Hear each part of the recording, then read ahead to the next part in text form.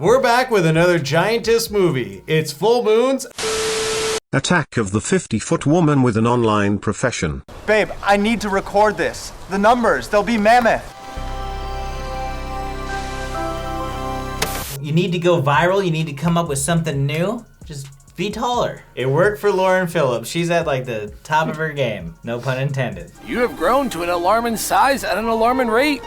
Duh. But this is just a cheesy movie from Jim Wynorski, who's done countless crazy movies in the past, as well as good ones. Like back in the day, he was doing Chopping Mall, and then he devolved into like this weird world of doing like Christmas dog movies. Remember A Doggone Christmas? But this time, Jim Wynorski teamed up with Jeff Leroy, who did all the miniatures and the visual effects, and Jeff had done some of the movies that we've covered, like A Werewolf in a Woman's Prison, and most recently, Frankenstein in a Woman's Prison. In this one, we have Beverly. She's got her fans, which she calls Woodies, and her boyfriend, Bradley. Nobody must ever know that we are married. It'll shatter their fantasy. They'll cancel their subs in seconds. Who is basically running the show as far as like a photographer standpoint, even though he's just constantly using a video camera. I hate it. He keeps saying throughout this entire film, we need to do this photo shoot. Let's do that combined photo shoot we were talking about. Pulls out his like Sony camcorder. And then they have an assistant played by the wonderful Christine Wynn, who we've seen in basically all of these kind of movies. She's the best. But there's a scheme laying underneath all of this because she wants to become an influencer herself and collab with Bev so that her and Brad can get together with the same amount of clout that Bev has already. Beverly's the past. You're the future, Fuchsia. So basically, Fuchsia just wants to steal all the Woodies, including Brad's. And I think she's already stolen his Woody a few times at least. At the kitty bar. Yeah, the kitty bar, where you can just see like a drunk Wynorski in the back hanging out. There's some random stuff, but that's where they go to like flirt and drink beers. There really is nothing overly complex about this film. Essentially, Bradley hires scientists. Scientists. Where they produce self-replicating food. Bev eats a hot dog. Hashtag yummers. The hot dog that regenerates itself starts to like super grow Bev's body. And the transition is fantastic because it's not subtle by any means, and it's a slow gigantism happening here. I don't know what happened. It must have shrunk in the wash. And it's so funny because like at first it's just like, okay, POV of her feet like off the bed, but it only shows the one angle. But then she, like they're downstairs and you can see her like hunched over and they're talking. And then she slowly like just like uncrunches. Now she's tall. It's great. The actual reveal of how she becomes like a giantess is amazing. I actually had such a fun time with that part. It takes a while to get there, but like it's still fun leading up to it. And that's when you get the best part of the film. Bradley is green screened. And she's in her miniature set.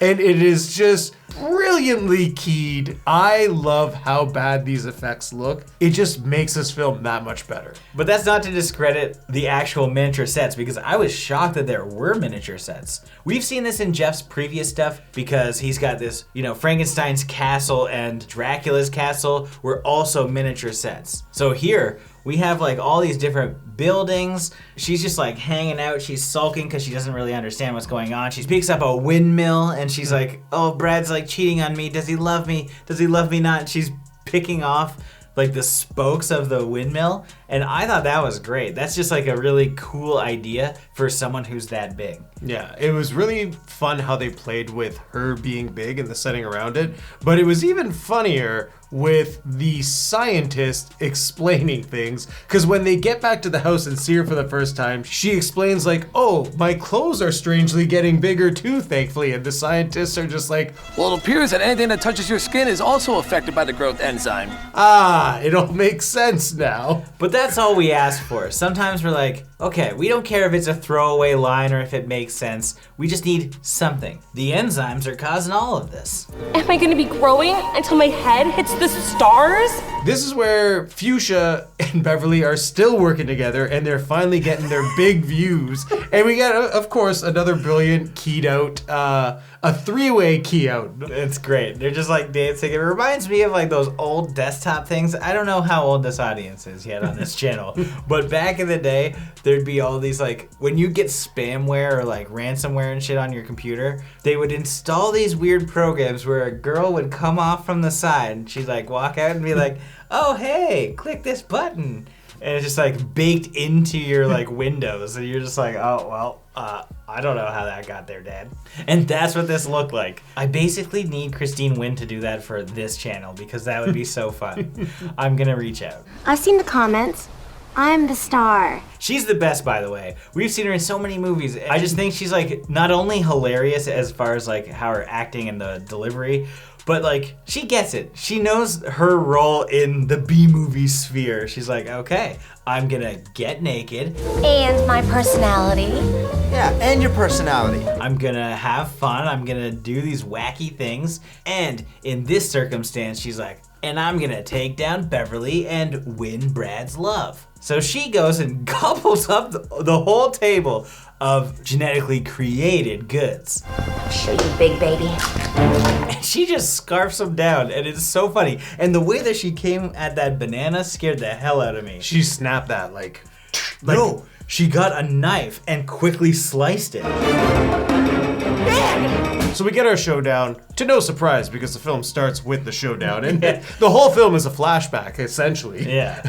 Of Bradley's perspective of like, you're probably wondering why I'm doing this right now. Well, it began about 3 days ago. So they had their fight, and Bradley just kept being a D-bag, where he died by most men's fantasies. Do you think most men want to be suffocated? I don't know, the scientists said it, and they do drop facts. They do drop facts. Death by motor movement. The ultimate way to go. That guy's into crushing though too. I hope she steps on that putz. Oh, you'd love that, wouldn't you? Totally. I did like the scientist guys. Those guys were cool. But Bradley dies by a double motorboat. It looked terrible. I just wondered what you had.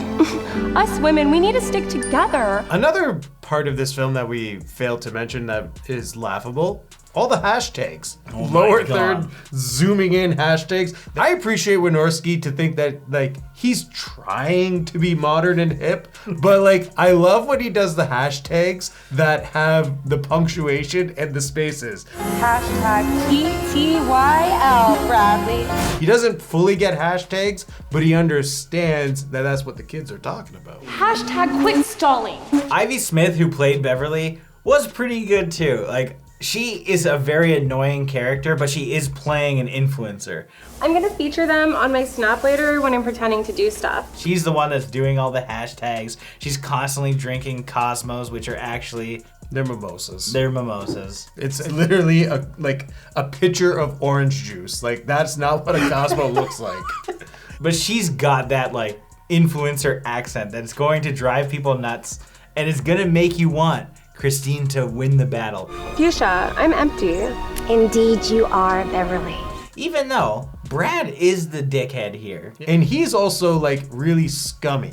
But I will say this, the way he presented himself in this film and like how he reacted to everything, he did a good job. His job is to react to a screen. Right, he's reacting to a green screen, but it's so stupid sounding. Like, but it's hard to tell what is intentional and what isn't. This is a full moon feature. They even promote full moon in the movie. Jim Wynorski is not new to this brand of movie at all. All of these actors have also been in very low budget movies. All the scientists are in all the terrible shark movies we watch. They know what they're doing, and so you can see them hamming it up, and I think that makes it better.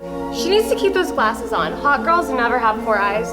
The movies taught me that. If you threw this on and didn't know the film history of all of these people, you'd be like, oh, these are terrible actors. They're so bad. Oh my God, I hate them. They know exactly what they're doing and they're playing it up and it's hilarious. Not what it looks like! Beverly, this is everything it looks like, bitch! There's no way anyone who is acting in this film is trying to like deliver their lines in a way like, oh, feel the sympathy for me. Oh, I'm coming after you. Like, that's not why you watch this film. No. And that's not why you act in this film either, okay? More real means more money, and who doesn't want more of that? Oh, I certainly do. I can't stop thinking about Fuchsia just scarfing all those foods. Yeah. Honestly, that's the best part of this movie. Just she goes ham on it. She goes, I'm gonna be bigger than her. I'm gonna kick the shit out of her.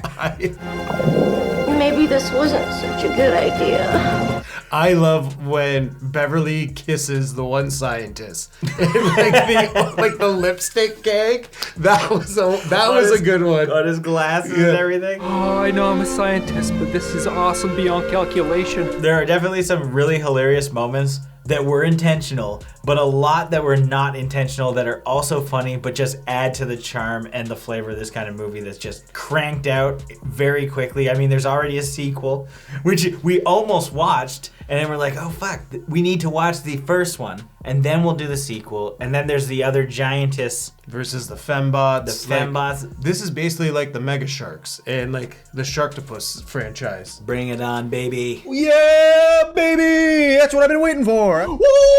At the end of the day, we both know this isn't a great movie, but it was a fun movie that delivered on the concept, and it's exactly what we expected going in. It actually exceeded my expectations somehow, because the miniatures were so good, and the lines were so cheesy. Like the scientists, we didn't really talk about them throughout the video, but everything they said was so funny. It's just a schlocky B movie that is absolutely so bad it's good. I'm not gonna rate it super high, but it was a fun time and I would recommend it. So I'm gonna give this 2.5 crash zooms out of 5. I had very little expectations going into this film because I thought I was going to be bored. I've been had too many times, and I was pleasantly surprised. I really enjoyed it. They're making a So Bad It's Good film, and they nailed it because there is such a short runtime that the gags don't overstay themselves, and that is very important. And I think this is something you should watch in a group. I recommend it. So with that being said, I can give this film 3 #awesome sauces reactions out of 5. You guys are #awesome sauce. As always, thank you for watching. Like this video and comment below with your thoughts on the film if you've seen it. If you haven't and you do want to check it out, go to Full Moon Features. They've got deals for their online service, or you can watch it for free on Tubi. And if you're not yet subscribed, subscribe. We cover all types of weird B movies that seem to have a focus on large ladies recently. There's more coming, don't worry. And I hope you stick around for them. They're gonna be fun. I hope. The bar is set very high, 50 feet high. You haven't seen the last of me, bitch, Zilla.